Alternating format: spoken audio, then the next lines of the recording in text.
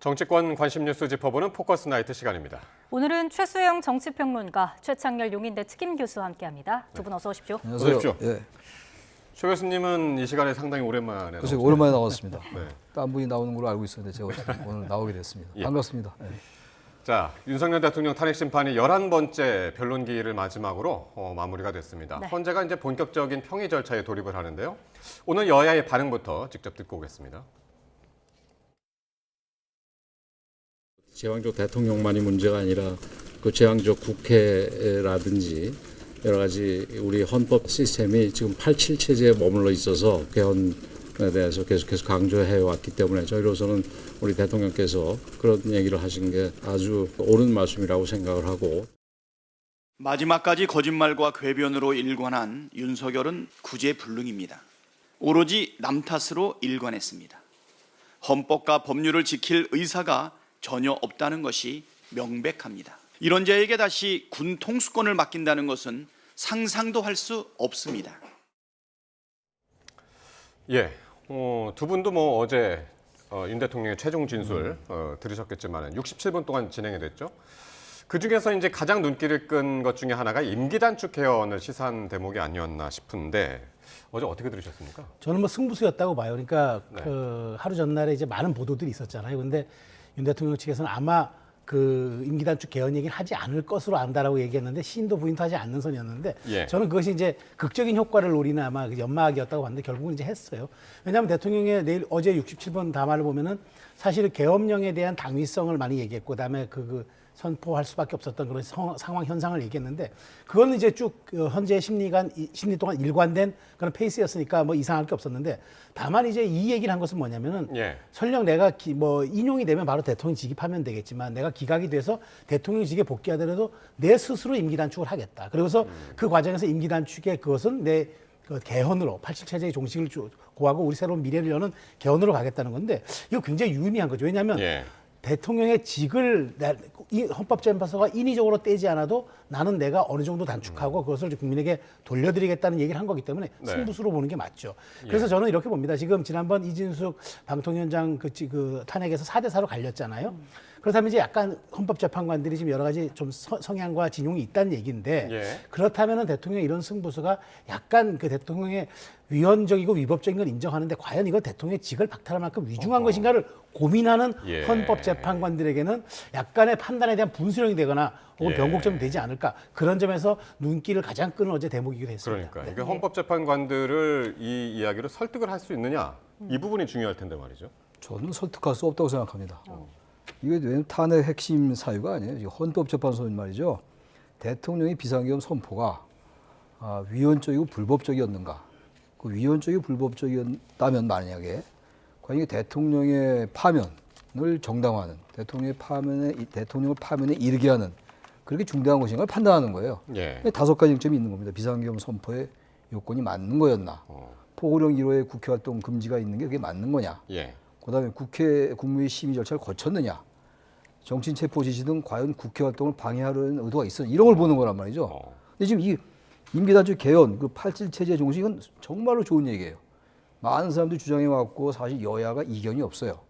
거의 지난 8년 전에도 그때가 2016년도인데 10월 24일 날 그 아침에 그날 밤에 이제 그 방송사에 태블릿 PC가 보도가 되고 그날 아침에 박근혜 전 대통령이 개헌을 얘기했던 네. 기억이 납니다. 그럼 개헌이라는 건 지금 어쨌든 87 체제가 수명을 다했다. 예. 이런 것들 때문에 어쨌든 이 대한민국의 양대 극단의 정치, 적대적 정치를 해소하기 위해서 어떤 형태로든 간에 권력 구조를 바꿔서 7공화국을 열어야 된다라는 거기 대개 동의합니다. 그래서 사실 이 지금 윤석열 대통령의 그 12.3 개헌 이후에 말이죠. 12월 14일 날 이제 탄핵이 의결됐잖아요. 그 어간에 그 전후에 이 개헌 얘기 많이 나왔었어요. 예. 차제에 이 맞습니다. 극단의 정치를 종식하기 위해서 7공을 열자고 많이 언론들도 얘기했고 그때 친윤계에서도 이 얘기가 친윤가 많이 얘기했죠. 나왔었죠. 많이 나왔고 친윤 비윤하고 다 나왔던 것이고 예. 또 이 개헌 전에는 민주당이 제안을 했던 것이기도 해요. 또 그 당시 또 국민의힘이 거부도 했던 기억도 나고 양 당이 어쨌든 정책 계산에 의해서 상당히 활용되어 왔던 측면이 있죠. 예. 근데 지금 대통령이 최후 진술에 나와가지고 내가 만약에 기각이 돼서 복귀하면 이 임기 단축을 내가 해서 네. 내년 정도에 그 말은 안 했습니다만 대선을 같이 하겠다. 예. 지방선거 이런 내용이잖아요. 예. 너무나 훌륭한 내용입니다만 과연 진정성이 있는 것인가? 이 상황 속에서 기각이냐 파면이냐를 결정하는 상황인데 인용이냐 기각인데 여기서 대통령이 저는 국민의힘에도 상당한 부담을 준 것 같아요. 국민의힘이 대통령과의 거리를 두는 데서 상당히 애로가 발생한 저는 그런 거라고 생각을 합니다. 예. 예, 설득카드가 되기는 어려울 것 같다. 뭐 임기 단축 개헌 같은 복귀 후 구상을 밝힌 만큼 대통령실이 석 달 만에 또 브리핑을 열었어요. 네. 저도 이제 그 소식을 들으면서 예. 대통령실이 이제 뭔가 기지개를 켜는구나 하는데 저는 별로 그거에 대해서는 좀 동의하기 어려워요. 왜냐하면 아직 대통령의 직무 여부가, 즉 복귀 여부가 결정되지 않은 상태에서 예. 대통령 최후 변론이 있었는데 그렇다면 아직은 대통령실이 그냥 최상목 대응을 잘 보좌하면서 일종의 국정의 여러 가지 이제 그 연속성을 위해서 지금 어떻게 돌아가고 있는지 국정에 대한 현황 파악 정도는 괜찮지만 예. 브리핑이라는 행위는 약간 좀 공세적이고 적극적인 행위로 봐야 되잖아요. 그런 측면에서 이제 평의의 시간이네. 지금부터 약 2, 3주는 저 짧게는 2주, 길게는 3주 정도 예상되는 이제 현재 평의의 시간에 과연 대통령실의 이런 적극적인 움직임과 정책 이슈에 대한 선제적으로 뭔가 이렇게 그 좀 대응하려는 이런 것들이 과연 어떻게 비칠 것인가. 왜냐하면 헌법재판은 이게 징계재판이기 때문에 사법과 정치의 어떤 그 애매한 경계쯤에 있다고 봐야 되거든요. 그러면 여론과도 밀접한 영향을 갖는데 대통령실이 여러 가지 이렇게 의욕적으로 나서는 것까지는 저는 좋은데 그렇다고 해서 이렇게 그냥 좀 말하자면은 본격화되는 이런 모습들을 보이는 게 과연 지지층이나 이런 쪽에는 또 확신을 줄 수 있겠지만 중도 같은 쪽에는 과연 이게 어느 정도 영향을 끼칠지 좀 약간 좀 의문이 있어서 굳이 저는 이렇게까지 적극적으로 대통령실이 브리핑까지 하는 것 이런 것보다는 보이지 않게 최상목 대행을 그 헌재의 평의가 날 때까지 심리가 날 때까지 정말 제대로 보좌하면서 보이지 않게 저는 그 자신의 역할을 다하는 게 저는 그게 필요하지 않을까 하는 그런 생각이 듭니다. 게다가 야당이 이제 이게 실현 가능성이 중요한 거 아니겠어요? 의도가 아무리 좋고 네. 뭐 어쨌든 뭐 승부수 던진 거라고 치고 좋습니다. 근데 문제는 여러 가지 전제가 필요하겠죠. 기각이 돼서 대통령이 복직을 해야 되는 것이고 복귀를 해야 되는 건데 복귀를 했다고 치고 야당이 이걸 받아주겠냐 이겁니다. 개헌의 그 의결 정수가 제적 의원 3분의 2잖아요. 예. 야당이 지금 이 상황을 개헌에 응할까요? 제가 볼 때 개헌에 응할 가능성은 뭐 거의 없다고 저는 생각을 해요 개인적으로. 그렇다면 이 자체가 무망할 수 있다는 거예요. 이 말 자체가 시기가 맞지 않아요. 시기가 지금. 이게 좀 먼저 나왔구나. 대통령이 그때 탄핵 그 표결 과정 속에서 나왔구나. 이랬으면 또 여러 가지 생각할 수 있는 공간이 열렸을 텐데 예. 시간이 너무 지연됐다. 그런 생각이 듭니다. 네. 예. 다음 순서로 넘어가 보도록 하겠습니다. 이재명 대표 공직선거법 위반 사건 2심 결심 공판에서 검찰이 오늘 징역 2년을 구형했습니다. 이 대표는 사법부의 현명한 판단을 촉구했고 여당은 공세의 수위를 끌어올리고 있는데요. 직접 듣고 대담 이어가겠습니다. 검찰이 1심 때와 같은 징역 2년을 구형했습니다. 좀 어떻게 생각하십니까? 구형이 중요한 게 아니라 실체가 중요합니다. 사법부가 현명하게 그리고 정의롭게 실체적 진실에 입각해서 잘 판단하실 걸로 생각합니다. 김문기 처장도 몰랐다는 부분도 무죄가 나왔지만은 재반 증거를 종합하면은 그 부분도 유죄로 바뀌어야 될 것이다. 이재명 대표가 혼자만 살려고 허위사실 공표죄를 삭제하려는 그런 꼼수는 통하지 않는다. 어쨌든 재판의 핵심 쟁점은 이 대표의 발언이 허위 사실에 해당하는지 이 부분 아니겠습니까? 그렇습니다. 허위 사실이죠. 왜냐하면 이제 이게 굉장히 중요한 때였단 말이에요. 이재명 대표 후보가 되어서 이제 경기도 국정감사를 이제 하는 과정이었는데 그때 이제 거기에 가장 백현동 개발과 관련된 굉장히 의혹이 제기됐는데 마치 이것을 이제 국토부의 압박에 못 이겨서 예. 그렇게 진술했단 말이에요. 국감장에서. 그러니까 이건 굉장히 큰 거예요. 라이브로 중계되는데 저도 그때 제가 보도 채널에서 아마 이 채널 그걸 지켜봤어요. 경기도 국감장. 근데 그것이 나오는 순간 술렁술렁했어요. 왜냐하면 그리고 재판 과정에서 이재명 대표가 또 이제 그 증인을 요청합니다. 예. 국토부에서 나왔던 증인이 압박 맞았다. 압박한 적 없다라고 얘기를 했단 말이에요. 그러니까 이재명 대표의 가장 유리한 증인조차 이거는 허위사실 얘기했다고 했기 때문에 이거는 요즘 흔히 하는 말로 빼박이다. 이건 정말 이거는 빠져나갈 수 없는 것이라고 얘기하는데 저는 어쨌든 이게 왜 문제냐면 이재명 대표가 대선에서 당선될 목적으로 고의적 반복적으로 의도성을 가지고 했다는 거죠. 왜냐하면 이게 굉장히 중요한 포인트였고 사실 이런 것들이 이제 없었다 그러면은 이재명 대표가 어찌 보면은 이게 0.73으로 굉장히 근소한 표차였는데 예. 이재명 대표가 그런 어떤 치열한 대선 과정에서의 어떤 목표성을 가지고 이런 중요한 사안에 대해서 거짓말했기 때문에 저는 2심에서도 당연히 유죄가 나올 것으로 보고 다만 김문기 씨를 몰랐다 하는 점에 대해서 지금 여러 가지 문제 삼고 있는 점은 예. 좀 국민의힘이 주장하는데 그거는 좀 2심 재판부가 아직 판결을 내리지 않았기 때문에 이 부분 한번 지켜볼 것으로 저 생각합니다. 그러니까 1심은 일단 징역 1년에 집행유예 2년이 선고가 그렇죠. 됐고, 그러니까 유무죄가 어떻게 갈렸었냐면은, 그러니까 김문기 씨 몰랐다라고 하고 하는 부분은 무죄였죠. 무죄가 나오고. 예, 무죄였고 유죄가 오히려 김문기 씨랑 같이 사진 찍은 게 조작됐다. 그렇죠. 단체 이렇게, 사진을 예. 찍은 거 이게 성남시장 때 해외 출장 중에 골 붙였는데 예. 골 붙인 거에 대해서 국민의힘이 지적을 했어요.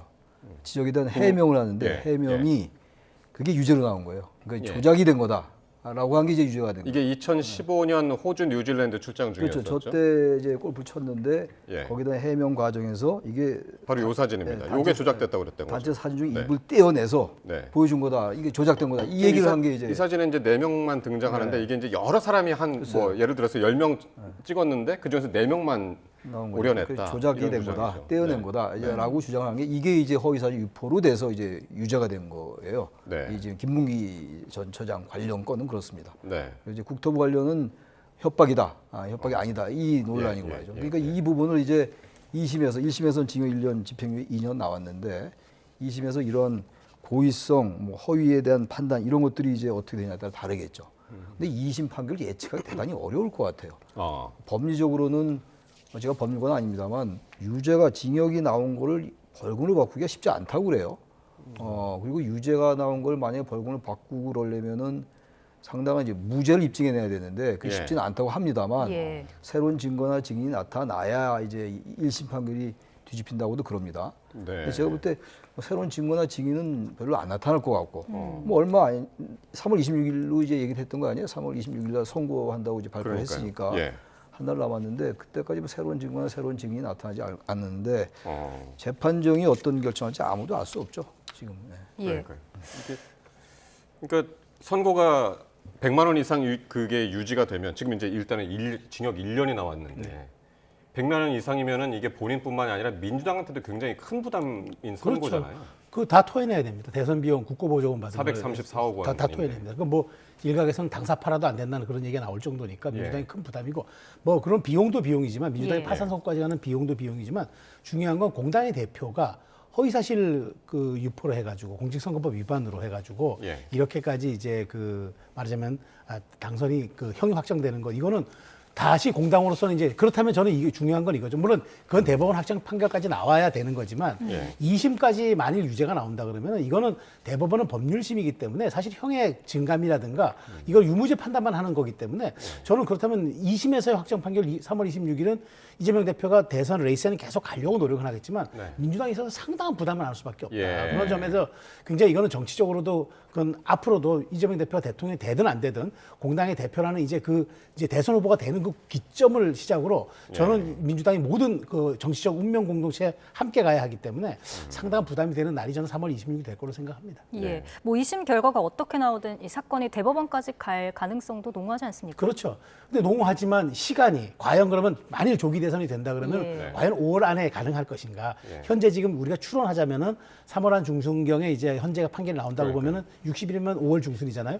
근데 지금 물리적으로 이게 이제 서류가 송달되고 왔다 갔다 하는 과정들 예. 이런 재판 준비일까지 답하면 과연 이게 2달 안에 가능할 것인가? 그런 측면에서 많은 분들이 2심 결과를 안고 이재명 대표가 출마하는 그런 어떤 운명적 상황이 전개되지 않을까라고 많은 사람이 예상하는 거죠. 최 교수님은 어떻게 보시나요? 그 시기적으로 선고 시기. 2심은 쉽지 않을 거예요.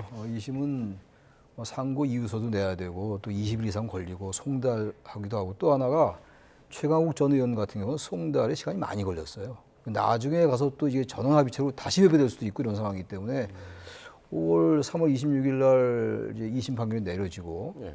대법원까지 만약 가게 된다면 저는 5월 말까지는 물리적으로 예. 쉽지 않을 것 같아요. 그래서 나오는 얘기가 조금 전에 이제 전현희 최고위원도 얼굴 보였습니다만 헌법사 대통령의 불소추 특권을 거론을 했습니다. 그래서 이 대표가 대통령이 된다면 재판도 같이 중단돼야 된다. 이랬습니다. 그러니까 2심 나오고 30, 그 대법원 판결이 안 나왔는데 그 사이에 대통령이 된다. 그럼 이게 재판이 중단돼야 된다는 주장이거든요. 근데 저 얘기는 진짜 여야 간에 이제 재판 결과가 어떻게 나올지 모르겠습니다만 만약에 무죄가 나온다면 저런 게 의미가 없어지겠죠. 뭐 대법원까지 가긴 또 간다 하더라도 무죄가 나오니까 뭐 그 전혀 다른 상황이 되는 거고 유죄가 나오고 이제 당선 무효형이 나올 때 얘기인데 저희는 함부로 할 수 없을 것 같아요. 제가 알기로는 법제처에서 나온 책에 의하면 이게 지금 헌법 84조에 나와 있는 재직 중에 내란이나 외환해제를 범하지 않는 경우는 소추되지 아니한다. 소추라는 걸 어떻게 해석하냐 문제예요. 네. 그러니까 소추가 기소에만 해당하면은 재판이 중단될 이유가 없죠. 네. 근데 기소 플러스 재판이다. 이게 중단되는 거예요. 네. 이게 이제 소추라는 단어를 헌법 84조의 소추라는 단어를 어떻게 해석하냐의 문제입니다. 근데 법제처에는 소추라는 단어는 좀 기소에만 해당한다는 그런 주석사 나와 있습니다. 지금. 예. 근데 또 헌법학자에 따라 달라요. 정확하게 헌법에 이런 상황을 구체적으로 적시해가지고 재판이 중단된다, 아닌다라고 나와 있는 게 없기 때문에 이것도 엄청난 사회적 리스크가 될 것 같아요. 예. 따라서 가장 바람직한 거는 유죄가 됐건 무죄가 됐건 대법원 판결이 나오고 나서 만약에 윤 대통령이 인용되고 나서 대선이 치러진다면 그때 전에 대법원 판결이 나와야 되는데 너무 네. 지체됐어요. 2심도 조금 빨리 했으면 좋았을 건데 2심 늦어졌단 말이죠. 예. 그래서 이게 상당 혼란이 있을 것 같아요. 전현희 최고가 왜 이 얘기를 했을까 생각을 하면, 그러니까 2심에서 뭐 혹 유죄가 나오더라도 이게 대법원 뭐 이재명 대표가 민주당의 후보로서 대권 후보로서 계속 갈 수 있다. 그렇죠. 이런 주장인가 봐요. 그거 그렇잖아요. 그러니까 이게 전제는 뭐냐면은 2심에서 유죄가 나오는 경우가 전제가 되는 거죠. 자, 근데 지금 최 교수님 말씀하셔서 이제 그 소추에 대한 건 법제처의 이제 그 연구의 그 주석이 있으니까 그건 해석의 여지가 있는데 저는 네. 이걸 누가 쏘아 올렸습니까? 이재명 대표가 먼저 쏘아 올렸잖아요. 이게 저 어느 한 방송사에 나가가지고 그렇게 되는 경우에는 형사 재판이 중지된다는 게 다수설이라고 얘기했단 말입니다. 전 다수설이란 말이 정말 해프닝이라고 생각하는 게 아니 이런 사례가 전혀 없었어요. 왜냐하면 대통령 후보가 자기가 유죄를 안고 2심 유죄를 안고 대통령 레이스에 간 사례가 전 세계적으로도 없습니다. 그러니까 이게 당연히 판례도 없고 예. 연구 논문도 없어요. 근데 어떻게 다수설이 나옵니까? 이거는 말 그대로 저는 이재명 대표가 자기적으로 판단한 거라고 봐요. 스스로 희망 사항을 스스로 방송해서 스스로 불을 지핀 거죠. 그런 측면에서 이 불을 지피니까 민주당 전현희 의원이 이제 법률가니까 또 뒷받침해 주는 건데 저는 이재명 대표의 이런 것들이 고쳐져야 된다고 봐요. 그러니까 이재명 대표가 이 얘기를 하면서 또 뭐라 했냐면 그 허위사실 공표죄는 우리나라에만 있는 죄라 그랬는데 민주당 의원이 국회 자료 요구했습니다. 하니까 미국, 영국, 프랑스, 미국 16개 주에 다 있어요. 벌금 금고가 다 있고 그다음에 심지어 당선 무효도 우리랑 비슷해요. 그런데 이런 얘기를 버젓이 거짓말을 합니다. 그러니까 저는 이재명 대표가 굉장히 유리하고 불리하고를 자신의 입장에서만 취사 선택해서 얘기한다. 근데 정치 지도자, 대통령이 될 수도 있는 사람이 이런 식으로 본인의 사법 리스크를 유인 선관식으로 한다는 게 말이 됩니까? 예. 예. 이재명 대표 선거법 위반 2심 시나리오 함께 짚어봤습니다. 한동훈 전 대표 이야기도 함께 살펴볼까요? 출간한 저서에서 이 대표를 한국에서 가장 위험한 인물이라고 주장을 했습니다. 이에 대해서 이 대표가 반박을 했습니다. 개 눈엔 뭐만 보인다 이렇게 말을 했고요. 한 전 대표는 기꺼이 국민을 지키는 개가 되겠다 이렇게 응수를 했습니다. 네. 양측의 설전 어떻게 보셨어요? 지금 한동훈 전 대표가 이재명 대표가 이제 각을 세우는 거겠죠. 제가 볼 때 2심 판결 얘기 지금 했습니다만 야권에서는 2심 판결의 결과에 관계없이 후보로 될 가능성이 대단히 높다고 좀 봐요. 많은 사람들이 그렇게 생각하고 있는 거 아니겠어요? 한동훈 전 대표도 이제 어차피 대선 출마를 이제 전제하고 저런 책도 내는 거니까 이재명 대표를 저격할 수밖에 없죠. 이재명 대표가 가장 위험한 인물이다. 이건 대단히 자극적인 얘기예요. 특히 보수 진영에게는 보세요. 지금 이 윤 대통령 탄핵 반대 집회가 생각보다 집회가 규모가 커지고 그랬잖아요. 뭐 계속 이제 그렇게 될 것 같은데 어느 시점까지 말이죠. 그 이재명 대표가 탄핵도 대통령이 되면 탄핵도 할 수 있다. 계엄도 할 수 있다 이런 말을 했어요. 네. 그건 사실은 좀 극한적인 발언이에요. 그건 사실은 함부로 할 수 있는 발언이 아니라고 보는데 뭐 정치적 레토릭이니까 할 수 있겠죠. 그러니까 계엄을 할 수 지금 계엄이 지금 한창 이 나라를 지금 거의 2달 이상을 이렇게 원통 갈라놓고 있는데 거기에 가장 유력한 야당의 후보를 가지고 계엄을 할 수 있다라는 거는 제가 아는 한동훈 전 대표의 모습과는 좀 달라요. 그게 여의도 문법이거든요, 사실은. 예. 이 서서히 이제 한동훈 전 대표도 대선을 의식하게 되니까 대선 경선을 하긴 해야 되겠습니다만 여당 내에서 그렇게 극한적인 단어를 쓰는 것 같아요. 그건 좀 바람직하지 않은 것 같아요. 이재명 대표나 여러 정치, 우리나라 적대적 정치, 제가 아까 제7공하고 말씀드렸습니다만 그게 왜 그렇게 됐어요? 상대를 과도하게 몰아치는 거 아니에요? 자극시키고 선동하는. 근데 계엄도 할 수 있다. 근거 없잖아요. 거짓말을 할 수 있어요. 여러 가지 거짓말로 이해될 수 있는 얘기를 많이 해왔으니까 뭐 양당 마찬가지. 윤 대통령 거짓말 안 합니까? 그건 좋은데 이거 계엄을 할 수 있다는 전혀 다른 차원이에요. 이거는 한동훈 전 대표가 아주 작정하고 한 말 같은데 전 그런 문법은 썩 바람직해 보이지 않는다. 아직 한동훈 전 대표 그렇게 비판하지 않아 왔는데 오늘 책이 출간이 됐기 때문에 뭐 아직 뭐 다들 안 읽어보셨겠지만은 뭐 오늘 아침에 대형 서점 앞에는 줄이 늘어설 정도로 상당히 이제 사람들이 기다리고 있는 그런 모습도 봤습니다만은 어쨌든 책 내용 중에 이렇게도 지금 알려져 있습니다. 이재명 대표 뭐 지금 말씀드린 것처럼 뭐 계엄도 할 수 있다는 얘기 포함되어 있고 윤 대통령 지지자들을 두고는 탄핵으로 상처 받은 점에 대해서 진심으로 미안하다. 이렇게 사과하는 내용도 이제 포함이 됐단 말이죠. 네, 저는 뭐 그 사과 이렇게 좀 적극적으로 할지는 몰랐어요. 왜냐하면 사실은 본인은 당에서 이제 계엄 이제 탄핵 때문에 축출다당하시피 해서 나간 것 아니겠습니까? 그런데 이제 굉장히 미안하다. 이 얘기는 저는 그래요. 어쨌든 한동훈 전 대표가 이제 대선에 출마하려면은 지금 허들을 뭘 넘어야 되냐면 당내 경선 아니겠습니까? 근데 이게 당원 투표 50%와 여론조사 50%, 이쯤 당원 투표 50%는 굉장히 센 허들이에요. 여기는 이제 국민의힘 이제 말하자면 그러니까 우리 여기는 이제 책임 당원이라고 그러죠. 이제 당비를 낸 사람들 중에서 이제 뽑아서 하는 거기 때문에 매우 충성도가 높고 로열티가 있는 사람들이에요. 그런 측면에서 한동훈 전 대표에 대한 대중적 인기는 있을 수는 있지만 이런 과연 당원들 특히나 지금 이번에 광장이 열기를 받잖아요. 보수 진영 특히나 윤 대통령 적극 지지층의 그 직결도는 굉장히 에너지가 셌는데 그렇다면 이분들의 안고 가야 되겠다는 생각을 한 것 같아요. 그래서 이제 적극적 사과를 이제 하고 그다음에 그럼에도 불구하고 계엄의 바다는 건너야 한다. 이거는 이제 본인이 이제 중도의 확장성이 있다는 얘기를 하는 것과 더불어 이재명 대표 저는 이재명 대표의 2심 선고일인 2심 이제 결심일인 오늘 말 맞춰서 책을 내고 보도자료 내고 판매한 것도 아마 저는 굉장히 그 구도 시점을 맞췄다? 그렇죠. 구도 설정을 위한 그리고 오늘 하루 주목도 높은 뉴스는 다 두 사람에게 나왔어요. 이른바 뭐 개헌 논쟁서부터 해가지고 그 나왔기 때문에 아마 한동훈 전 대표 입장에서는 굉장히 의도한 바가 있는 것 같은데 어찌되었건 지금 제가 보기에 한동훈 대표가 사과한 거는 당원 50을 겨냥한 이야기인 것 같고 그다음에 그럼에도 불구하고 계엄의 바다는 건너야 한다는 거는 여론조사 50을 겨냥한 얘기라서 어쨌든 저는 이 오늘의 메시지는 한동훈 대표의 사실상의 출사표가 아닌가 그렇게 해석합니다. 그러니까요. 그러니까 한동훈 대표가 뭐 당을 나간 지가 그러니까 12월 16일 날 이제 사퇴했죠. 나갔으니까 두 달이 지금 넘은 거죠. 훨씬 넘었죠. 그 사이에 이제 다시 이제 합류를 하려고 하는 건데 이게 잘 될까요? 어떻게 글쎄요. 보십니까? 그러니까 지금 당심 50 이제 민심 50인데 지금 이른바 광장의 보수층들이 화가 많이 나 있잖아요. 지금 지금 탄핵 반대 집회가 워낙 규모가 커졌어요. 이걸 단순히 뭐 그 일부는 상당히 극우적인 주장을 많이들 해요. 반공이 어떻다, 뭐 반중 정서, 뭐 중국이 배후가 된 부정서, 저는 그런 걸 극우라고 생각하는데 거기 탄핵 반대 나온 분이 다 극우라고 볼 수는 없어요. 어쨌든 지금 윤석열 대통령의 계엄은 잘못됐지만 탄핵은 안 된다면 이런 얘기를 하는 사람들 아니에요? 뭐 저는 뭐 거기 크게 동의하지는 않습니다만 아무튼 그런데 그 부분에 대해서 어쨌든 이 민심이 반영되는 거란 말이에요. 그러니까 이제 선거에 나오는 현실 정치인이니까. 학자나 그냥 그 자신의 어떤 뜻을 피는 사람들 같으면 그렇게 안 해도 돼요. 경선에서 이겨야 되는 거 아닙니까? 당연히 이 얘기할 수밖에 없고, 그러니까 이 한동훈 전 대표는 이제 두 달 지나고 난 다음에 지금 이른바 배신자 프레임이라는 거.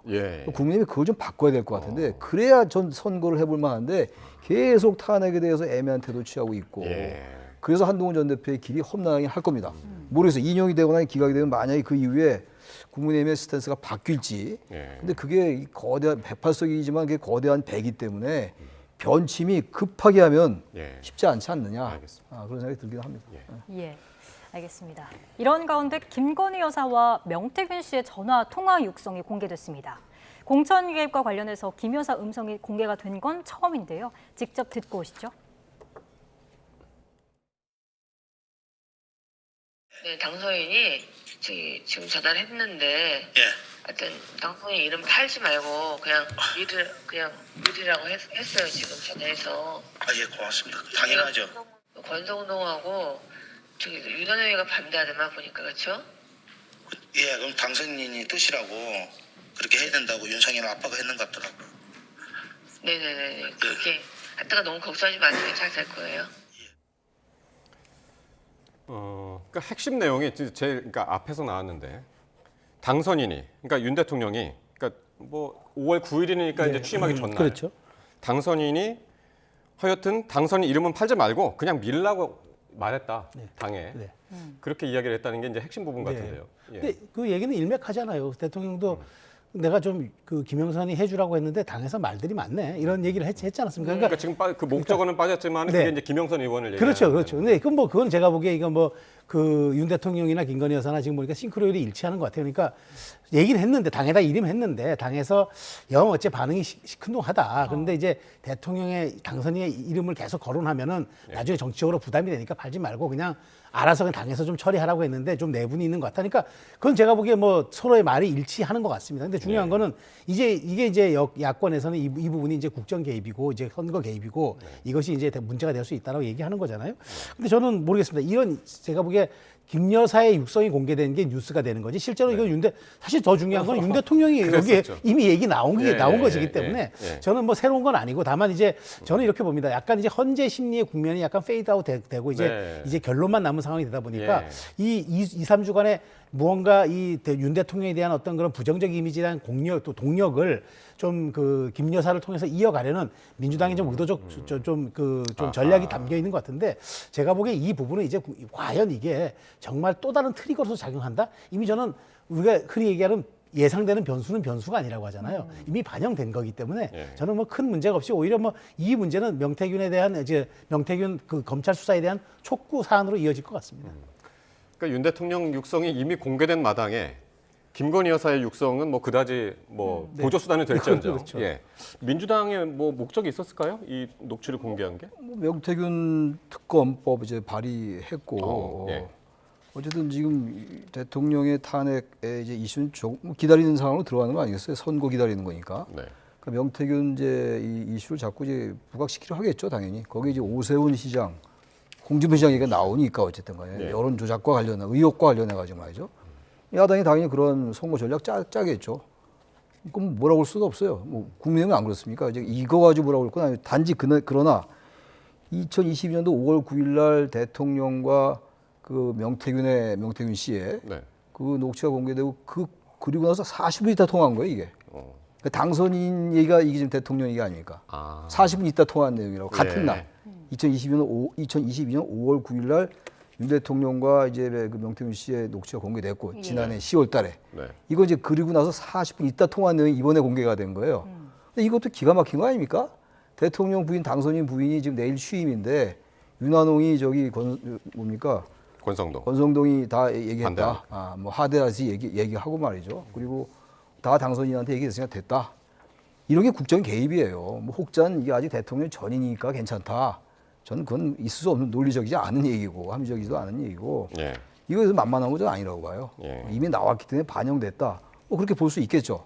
저는 거기에 동의하지 않고 이 지금 대통령 부인이 이것만 관여했겠는가 이런 생각을 할 수가 있는 거죠. 그래서 검찰 창원지검에서 했던 그 여러 수사 결과가 지금 여기에 본격적으로 안 들어가 있다고요. 그래서 이 문제는 앞으로 상당히 이슈로 부상할 가능성이 크다. 그래서 오늘 중앙지검이 압수수색을 했잖아요. 오세훈 시장의 후원자로 알려진 사업가 김한정 씨 사무실을 압수수색을 했는데 이것도 그럼 뭐 의미가 있습니까? 그렇죠. 아니 이거는 저는 의미가 있다고 봐요. 왜냐하면 그동안 이제 오 시장은 굉장히 거리를 뒀어요. 사실은 이제 뭐 후원자라고 하지만 직접적인 뭐 자신의 돈을 후원한 게 아니라 여러 가지 이제 정치적으로 이제 예전에 이제 그 뭐 무상급식 때 뭐 플래카드를 건다든가 뭐 이런 이제 정도로 이제 후원했던 그런 분인 것 같아요. 근데 어찌됐건 그동안 이분이 이제 명태균과 직접 거래를 했고 돈을 뭐 대납했다 이런 의혹이 있어 왔는데 검찰이 그러니까 여기에 직접 이제 압수수색을 한 것은 수사를 빨리 조속히 진행하겠다는 의미잖아요. 그리고 실제로 돈에 오갔던 이제 거래서부터 성격까지 한번 들여다보겠다고 해서 그 돈을 지불했던 사람의 집을 압수수색한 거니까. 근데 오 시장 측은 이거 잘 됐다. 빨리라도 이게 실질적 진실을 가를 수 있는 이제 또 환영한다 이렇게 얘기를 했는데 어찌됐건 지금 이 상황에서 속도가 빨리 진행되는 건 좋지만 이렇게 오 시장이라든가 홍 시장 같이 이런 이제 대선을 혹시라도 오면 준비해야 될 분들에게 이게 가랑비에 옷 젖듯이 이렇게 자꾸 이게 나오는 것들이 과연 이게 좀 어떻게 작용할 것인가 이거 좀 한번 들여다봐야 될 것 같은데 근데 오 시장 입장에서는 빨리 털어야 됩니다. 그렇지 않고는 이게 가랑비에 옷 젖듯이 해명하더라도 안 되는데 이런 부분들이 좀 검찰 수사로 빨리 나온다면은 오 시장 입장에서는 과거 생태탕 문제도 정면 돌파했던 전력이 있기 때문에 이런 부분들을 좀 본인이 좀 적극 좀 말하자면 그 터닝 포인트로 좀 하려고 하는 것 같은데 그래서 검찰이 그 수사 속도를 좀 내줄지 모르겠습니다. 그러니까요. 지금 민주당도 계속해서 공세를 이어가고 있습니다. 민주당 주장으로는 오세훈 시장이 2021년 보궐선거에 당선이 되고 넉 달 뒤에 이제 후원자 등을 언급하면서 말한 통화 녹취가 오늘 또 공개가 된 건데요. 네. 이게 오 시장은 당선 전에 명시를 손절했다. 이런 입장과는 배치되는 내용이라서 주목이 되고 있거든요. 그러니까 지금 명태균 씨나 명태균 씨 측이 주장하는 것과 오세훈 시장이나 오세훈 시장 측이 주장하는 게 다 달라요. 지금. 네. 다릅니다. 그러니까 의혹이라고 얘기하는 거 아니겠어요? 네. 그러니까 이제 뭐 특검을 주장하는 거고. 예. 이제 수사가 이제 창원지검에서 중앙지검으로 넘어왔으니까 중앙지검에서 수사를 하겠죠. 저 아마 녹취가 계속 나올 것 같아요. 그동안 이제 탄핵 국면에서 얘기가 안 나오다가 탄핵 국면이 어느 정도 이제 정리가 돼 가는 상황이라서 뭐 정리라기보다도 어쨌든 변론이 끝났으니까 예. 그걸 이제 전후에서 민주당이 공개하는 건데 저런 부분들 계속 해명하고 또 거기 또 반박하고 해명하고 그러면 아까 지금 우리 최수영 평론가 말씀처럼 네. 계속 이게 방어하는 게 된다고요. 코끼리 생각하지 말면 계속 코끼리 생각하게 되는 거예요. 조지 레이코프의 그 코끼리 생각하지 말라는 예. 유명한 책. 프레임에 갇힌다는 거죠. 프레임에 다 갇혀버려요. 그러니까 저건 과감하게 2007년도인가요? 이명박 그 당시 후보가 BBK 받겠다. 그렇게 하면 과감하게 할 필요가 있어요. 그게 예. 지금 국민의힘이 주장이 뭐였습니까? 특검을 거부한 자가 범인이다고 국민의힘이 했던 얘기예요. 좀 과감하게 받는 것도 나쁘지 않을 것 같아요. 알겠습니다. 홍준표 시장도 어쨌든 마찬가지고. 명태균 특검법 안에 이게 수사 대상으로 다 들어가 있습니다. 지금. 예. 어쨌든 그런데 이제 오늘 법사위를 통과했고 내일 민주당이 이제 본회의에서 통과시킨다는 계획인데 어떻게 진행이 될지 같이 지켜보도록 하겠습니다. 자, 지금까지 최수영 정치평론가, 최창렬 용인대 특임교수와 함께했습니다. 두 분 고맙습니다. 고맙습니다.